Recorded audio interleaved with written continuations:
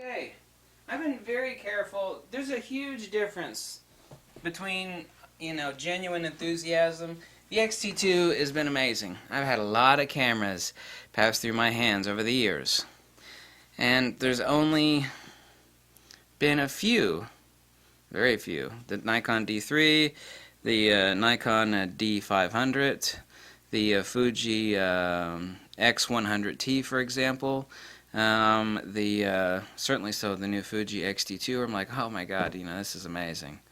Just amazing, amazing, amazing. That and the Nikon D7100. The Nikon D7100 is just an absolute best value. It's kind of like, the RAV4. I mean, it's not going to be a speed demon, and it's not going to climb mountains, but like that's the car you trust your life in. You're not going to be stuck on the side of the road in the middle of, Bill Hilly land. That's Pig Latin for hillbilly, Bill Hilly. And you're changing, your engine's steaming, and you start to hear banjo music. So there is different levels of awesome. Some things are just like, wow, that's just a game changer. It's gonna be a legend.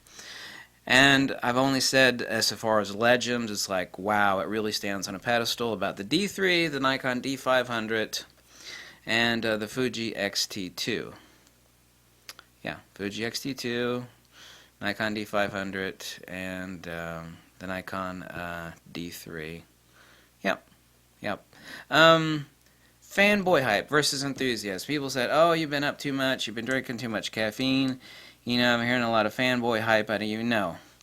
I know everyone do that. Fanboy hype is a really, really bad thing. If I'm expressing incredible enthusiasm, which I certainly have in many videos, it's enthusiasm based upon incredible performance. As I mentioned in the prior video, an absolutely famous photographer, I'm not going to mention his name, his artwork is unbelievable. And I've told people to look at it and like, oh my god, that's amazing. He told me a couple of days ago that he bought a Fuji X-T2 off my recommendation. He couldn't resist the urge. And then I've heard back from him twice within the past hour, and he basically says he's over the moon, and it's just way beyond even what I hyped it as. When I wasn't hyping it, I was hyping what was really there. There's two different types of hype. There's like fake hype, it's like, wow, it'll wipe your butt, it'll clean this thing. Fake hype versus real hype, like, wow, it really does that. Wow, this is astonishing. Wow, this is incredible. So there's two different types of hype, genuine and fake hype. And he is incredibly impressed. He actually expressed how impressed he is many different ways. But the point is that I am not a Kool Aid drinker, and I heard from a Canon fanboy, which I've made a few attack videos on the Canon, and it was a very long diatribe, and he was very civil. But the whole thing, it just reeked, incredibly so, of fanboydom. And it's just like the only reason he was totally praising it was because of the fact that it said Canon on the front of it. And it's kind of like, how they interview a serial killer's mother, and she's like, oh, he was such a nice boy growing up, and, he loved his sister, and he petted the dog. It's like, yeah, your son was keeping dead people's heads in his basement and eating body parts, and, yeah, but I love him, That is real Kool Aid drinking. You're blinded to the facts. It's like your son, my dear lady, Mrs. Johnson, your son is a cannibal and a serial killer. Yeah, but he's my son and I love him. That's Kool Aid drinking. Fanboys like, oh my god, it's a new product. I also call this new toy syndrome. NTS. It's like, oh my god, it's amazing. I've never seen it before. You gotta have one because it's so cool and I love new cool stuff. None of the fanboy stuff, the Kool Aid stuff's the worst. The fanboy's the next worst. And the new toy syndrome is right up there with it. It's a bad thing. I love to find stuff to bitch and piss about. I love to. And people have been asking me, it's like, what do you got to bitch about? You've just been saying a bunch of positive stuff about the XT2. And I made a video yesterday where I named a couple points, and they were basically nothing.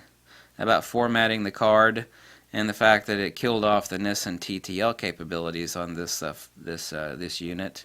But I've been warning people about that for a long time. It's like, this is why you don't really invest in TTL stuff. You don't. Especially third-party TTL.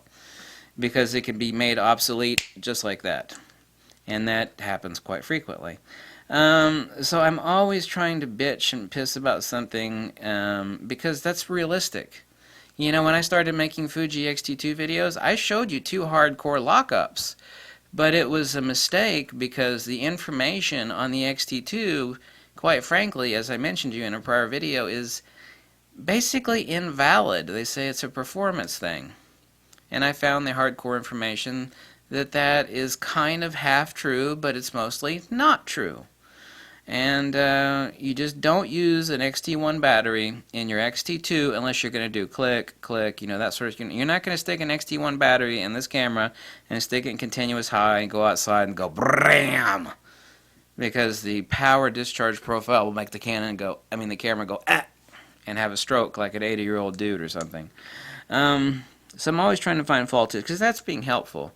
Those are logical, reasoned, non-hyped, non-Kool Aid drinking, helpful, because I can't stand the one thing I like people can cuss me and say whatever they want. That's all fine. I don't give a damn about that. It's like, oh, you're fat, ugly, so-and-so. So who cares? Fine. But someone, you know, I don't want to hear someone say, hey, I saved up a bunch of my hard-earned money and I bought this thing, you know, believe in what you said about it and it's just horrible.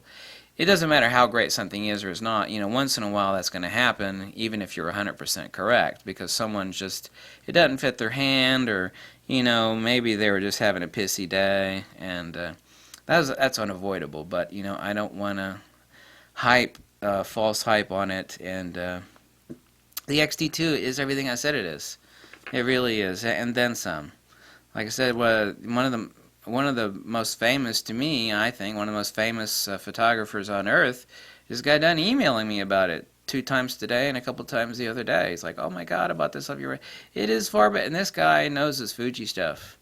This guy's out there, he's working it, and he's churning out gold. He's like the goose that lays the golden egg as far as the photographic artwork. Beautiful stuff, beautiful. Everybody loves it, and he is just over the moon about the XT2. And if this guy's a hardcore Fuji shooter, like, he's not hardcore, he's like hardcore to the hardcore Fuji shooters.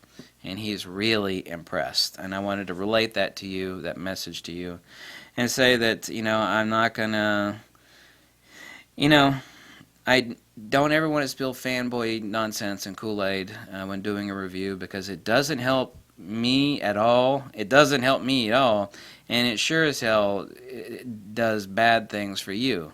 I have to do logical, reasoned, intelligent, balanced examinations, and pick things apart where they need to be picked apart, and say, you know, someone says, you know, should I do this or this? It's like, I don't know what your budget is or what sort of shooter you are. So those things are really important.